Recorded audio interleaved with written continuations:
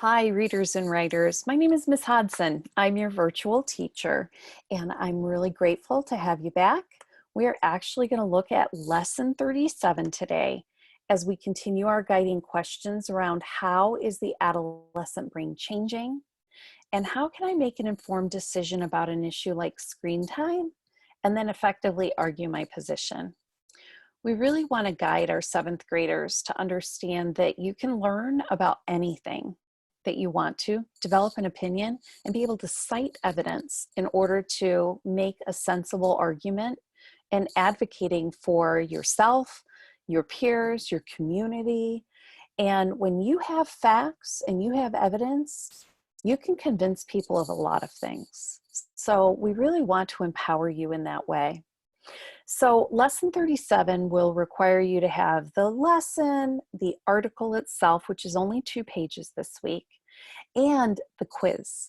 So it's a 2-page article, it's a 4-question quiz, and it's all in your distance learning packet. So find that with a pencil and meet me back here. We'll get it done today. All right, our learning target is really simple today. We do this on the 4th lesson of every week. I can use a text to answer questions. So you can actually have your text in front of you. You're going to read it, then you're going to answer the 4 questions. And it is simple like that.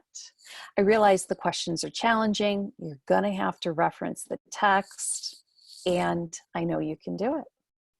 So you could read again the article called More People Are Using Critical Thinking Skills Before Sharing News. And you can think about, as you get started with that, what has research determined about how young people really think about news and sharing the news through social media? And also, how do you feel you will be a better consumer of news, maybe as a result of reading this article and spending a little bit of time with it and me this week?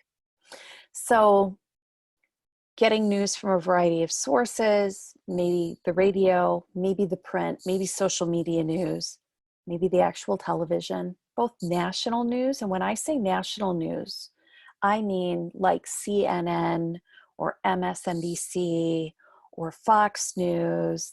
All of those are national news. There's also nightly news with ABC and the major networks, but your local news is going to be on at a different time on your local station, okay?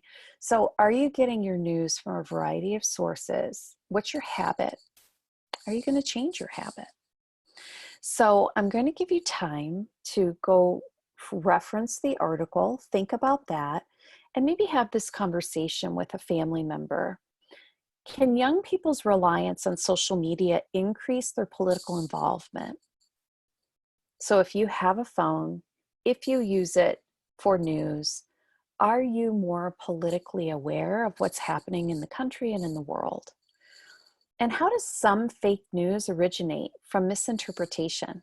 Sometimes we just misunderstand. Are you becoming more thoughtful in your choices to share news on social media? That might not be your habit a lot because, you know, other 7th graders and your peers might think, why are you sharing all that news? But we know a lot of young people who are very engaged and active in their communities. And so I just wonder, are you becoming more thoughtful about that? So I'd like you to pause, make sure you've got your article, those conversations, and you can go ahead and answer the questions. There are 4 of them in your distance learning packet.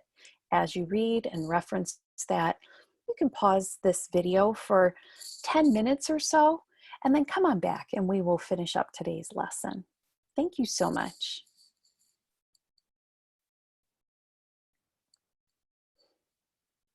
All right.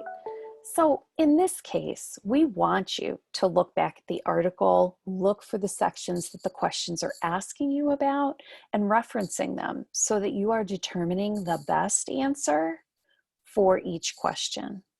So you can share this with someone in your learning environment and also read for another 20 minutes or more, something that you've picked up, maybe taken an interest in online, maybe you're reading more about news.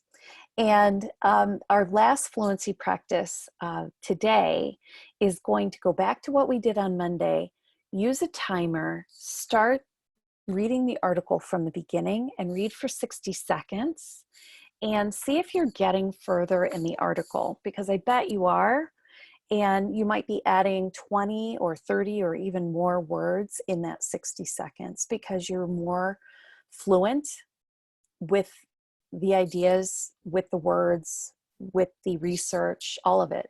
And so I really appreciate you doing that very much. You can hold that right on your distance learning packet on the article itself. I really appreciate you being here today, and I hope you have a fantastic day. I'll see you again soon. Make it a great day.